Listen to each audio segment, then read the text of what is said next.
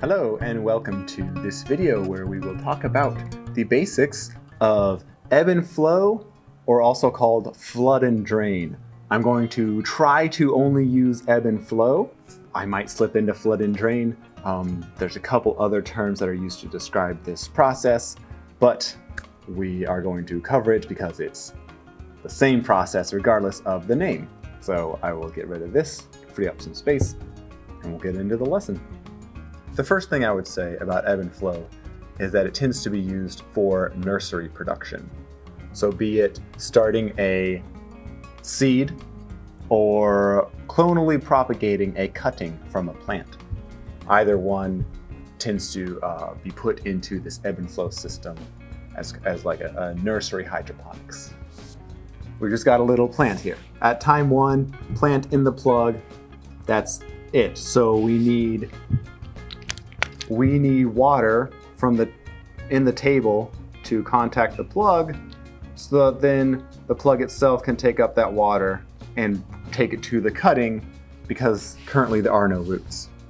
As time goes on, if we move to T2, first we will begin to see roots growing through the plug. Then on to T3, we begin to see top growth as well as roots filling up. So this is pretty standard. This isn't unique to ebb and flow. This is just showing, we're starting, we've got this nursery hydro, and we're dealing with really fragile plants that have no way to give themselves water. And so this is, again, this nursery production, we're trying to be really careful to make sure this seed or this cutting can turn into a transplant or a plug or whatever else that can then be moved out from this tight pack here and planted out to full production space. So we have a diagram of a very simple table for ebb and flow. We have these plugs here, or these sheets of plugs, just sitting in the bottom of the table, resting in a bit of water.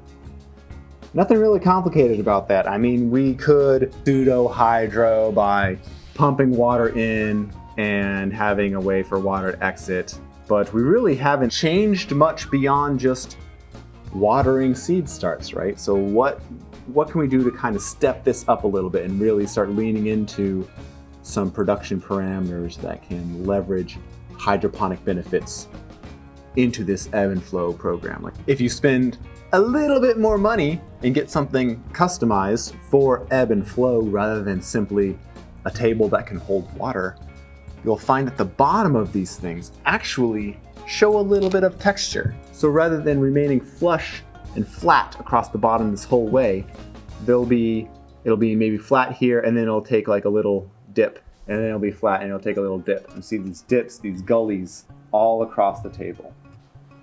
And of course the water runs down and fills these up. And if we took a top-down view, we'd see something kind of like this. Now I'm going to leave these plant plugs out of this diagram for the time being, just to make it easier to see these channels.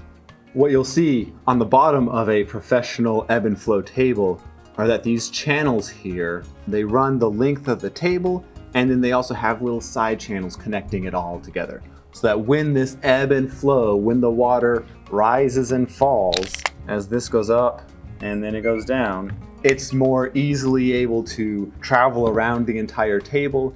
It doesn't deal with adhesion or issues like surface tension issues so much. If you start putting water into this thing, it'll clump around the plugs first, and then even as it begins to dry or try to flood away, water will pool near all these plugs, and you won't actually really drain the table. Where with this, lets the water flow in smoother and cover the whole table more uniformly, and then also drains it away so that when this water drains away from the plug, what's left, what might still be kind of sitting in the plug itself, by gravity drips down into these channels, which then themselves flow away to the end of the table, which collects it all and takes it all sideways back to your return or wherever.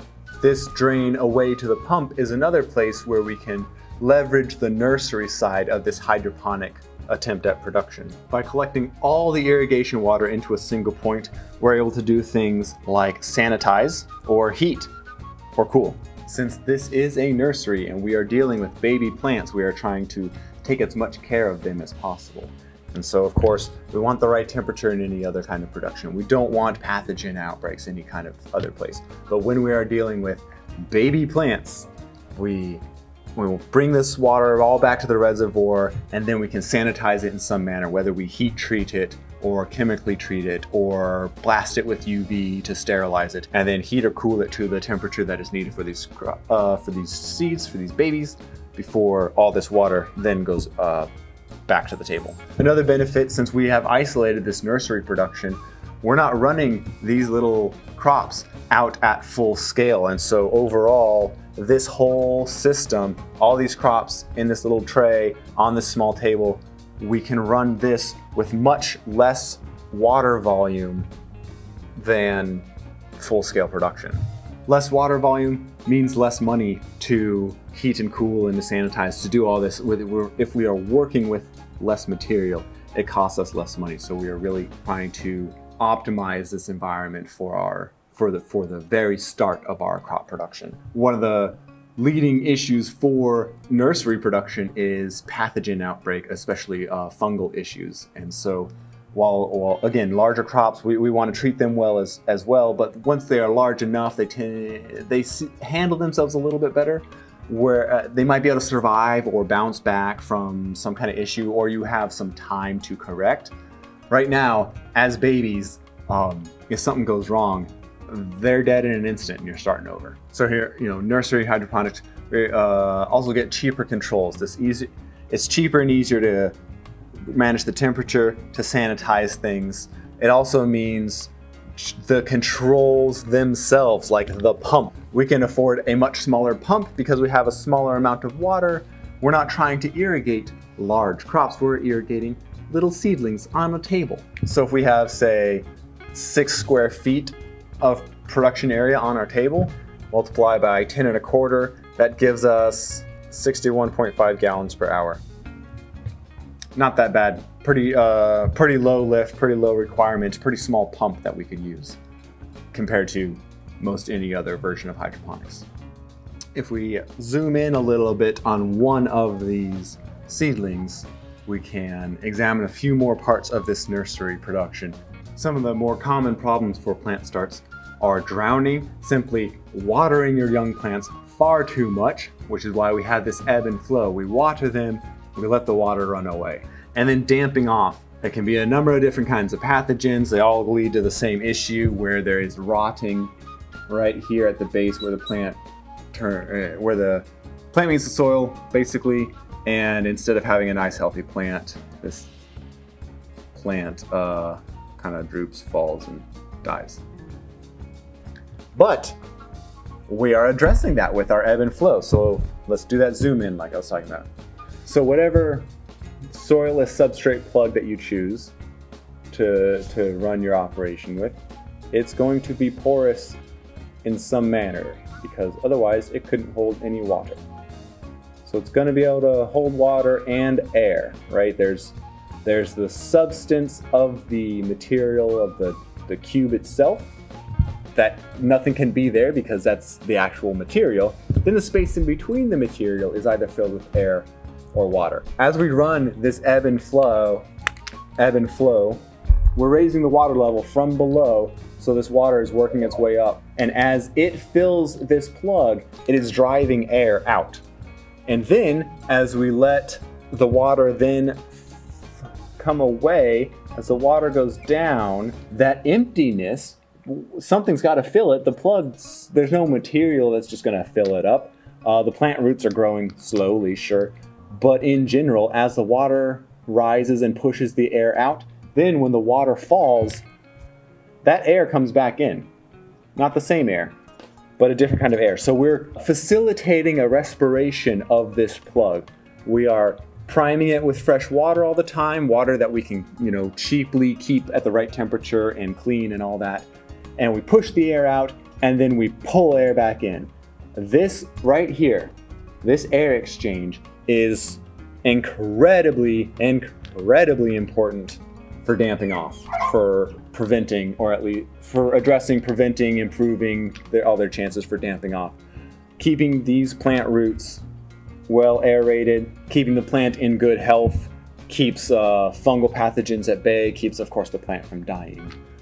So once more, even though I already said it, perhaps the most key part of an ebb and flow system, this air exchange in particular, it helps all plants, but in particular when we are doing nursery production. So I want to cover the last large common benefit associated with ebb and flow production, in particular this table style of plant production.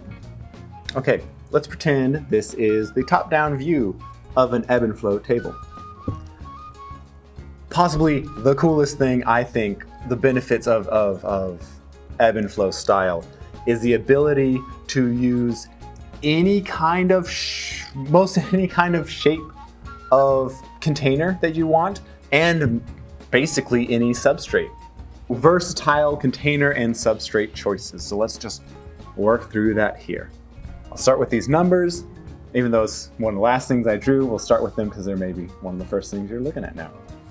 So these numbers these are like little seeding trays. So some of the common numbers, like 128s is what I used when I was working on the farm.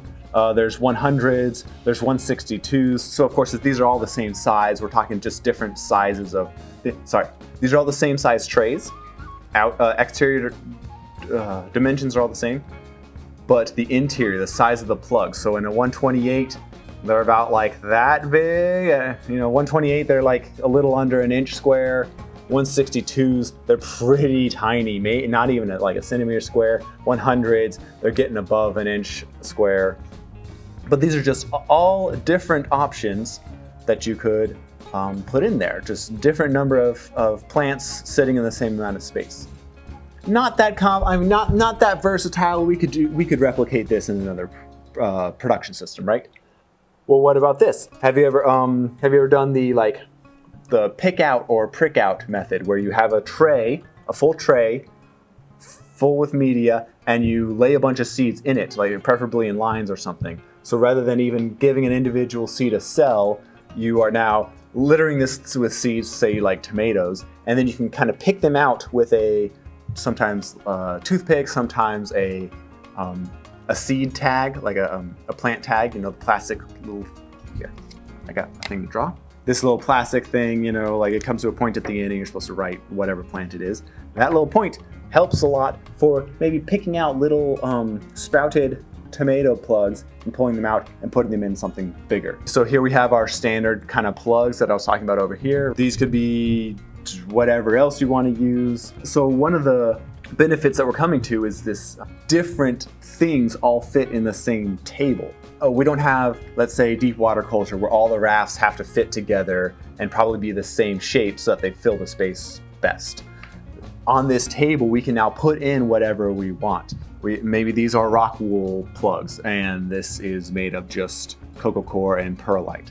Or we could have, even in this nursery, we could have slightly larger plants in 1-gallon pots, potentially using some kind of soilless media mix. So we're kind of beyond this planting substrate, but we could use a different kind of substrate. Or even these ones, I didn't draw them as well, but they're meant to be tree plugs. So let's say tree, where they're typically, it's about the same size as a maybe a 4-inch pot. It's a little bit smaller, but they're much taller, much deeper, so that the trees can send down their roots. Those can fit on this table as well. Or we can move to this one that I kind of drew out here and I'll say that this is soil blocking. Soil blocks are a way to create these plugs that aren't wholly soil-less. You use some soil, and you also use some various non-soil medias, but then you put them in a press, and you press them out, and they leave little blocks for you. Most systems, you can't just put that in hydroponic production, but you can put that on this nursery table. We're really seeing like an ability to flex the nursery aspect of this production style without just being committed and dug in and on specialized equipment and crops. This nursery can be a nursery for everything. And then as you take the trees out, they need a special place to go. As you take the soil blocks out, those ones go to the field. These different plugs go to different places. But when it comes to Ebb and Flow, we're able to use multiple, any kind of size container or tray, anything that fits in the table can go. Mixed sizes can go. You don't have to do all the same. You don't have to do all the same media. You don't have to do all the same pots.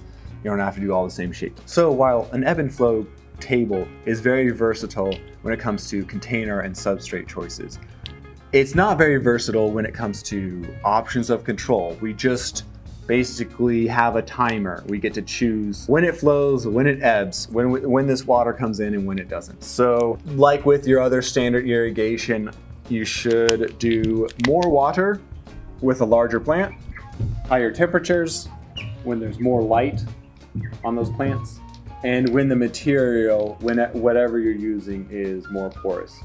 And then less water, or basically the reverse. When the plant's smaller, when you have lower temperatures, when there's less light exposure, when the substrate is more porous. Because ultimately, we're just trying to balance a frequency so that the pump makes everything wet to take up its water, but then drains away so that they don't drown. So that's everything I can think to put on here for the basics of Ebb and Flow, or flood and drain. And I really want to emphasize, well, for one, of course, those little drainage canals, I guess, through the table, right? You remember these little things below, so it's not a flat bottom, but instead has little divots to facilitate water flow. So this is important. Buy a purpose-built table for Ebb and Flow. And then I would say just lean into this container and substrate versatility. Being able to put anything you want in there is awesome, because as soon as they get beyond the nursery, suddenly everything's going to be very restricted, very similar. You know, you're going to want all the tomatoes with the tomatoes, all the shade-loving crops with the shade, you know, all these things. But for now, as they are babies, we can optimize their production without replicating all these tables for every kind of new plant we're going to start.